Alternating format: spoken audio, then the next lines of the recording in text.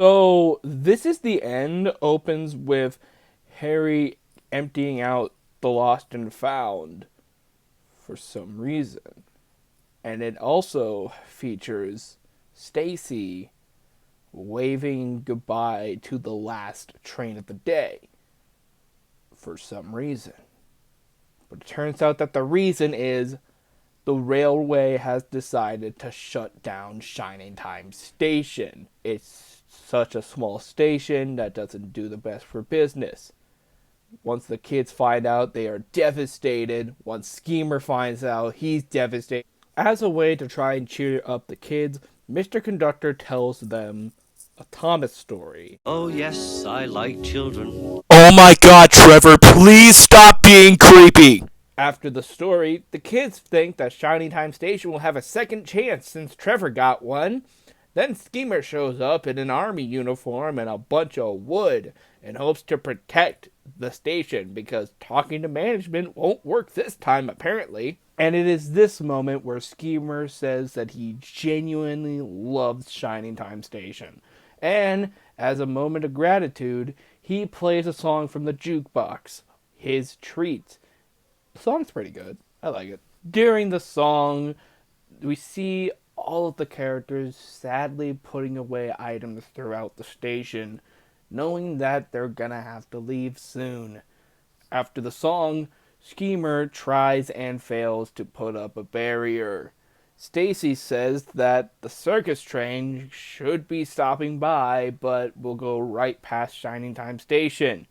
Schemer, remembering how much he loved the circus train when he was a kid, literally runs after the train. The kids continue to express their sadness, although Stacy tells them that even though they won't be able to return to Shining Time Station, it will always be a part of them if they just close their eyes and imagine that they're there, because the memories they made along the way will still be with them. Some time goes by and Mr. Conductor shows up with a little hobo stick.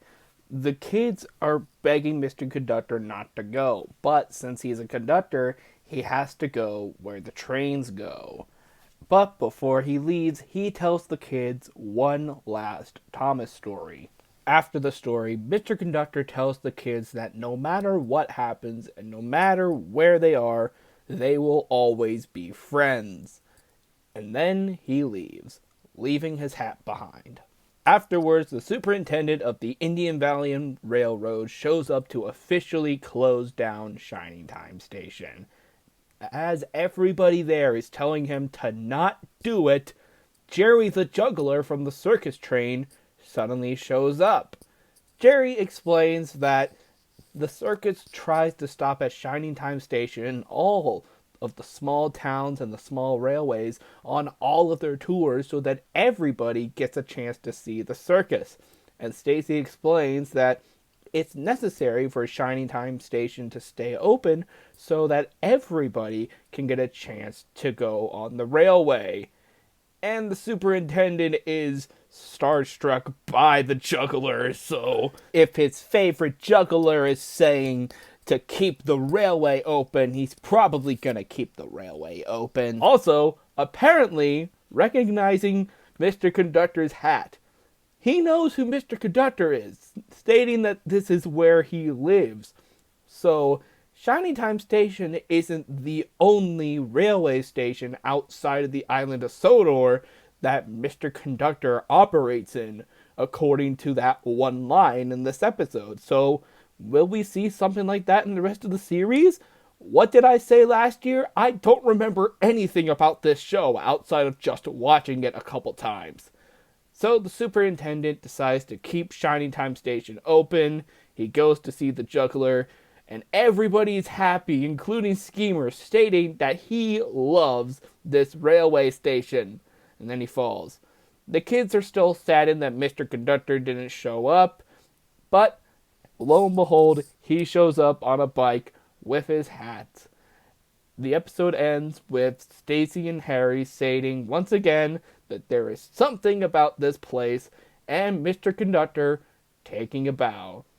And that is how Season 1 of Shining Time Station ends. This episode just screams, we don't know if we're going to get renewed or not, so we're just going to write this as if it's the finale, but keep it open-ended just in case we get another season out of this. Not to say that makes this a bad episode, it's just that that's what the general vibe is throughout the majority of it. I'd say as a season 1 finale, this episode is actually pretty good and really enjoyable. I very much enjoyed watching this episode, even though I knew for a fact that Shining Time Station wasn't going to shut down simply because there were 2 more seasons and a movie afterwards with this setting. I just enjoyed myself watching the episode because I like these characters that I've gotten to know over the past 20 episodes, and yeah, it's kind of sad to see them lose their home in a way. But with that said,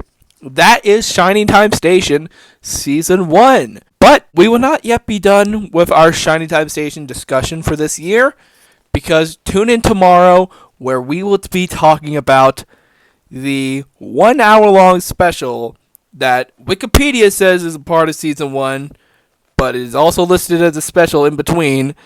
But, so, screw it. I'm going to include it in the Season 1 analysis, which is the hour-long Christmas special. So, buckle up, because next one's going to be really long.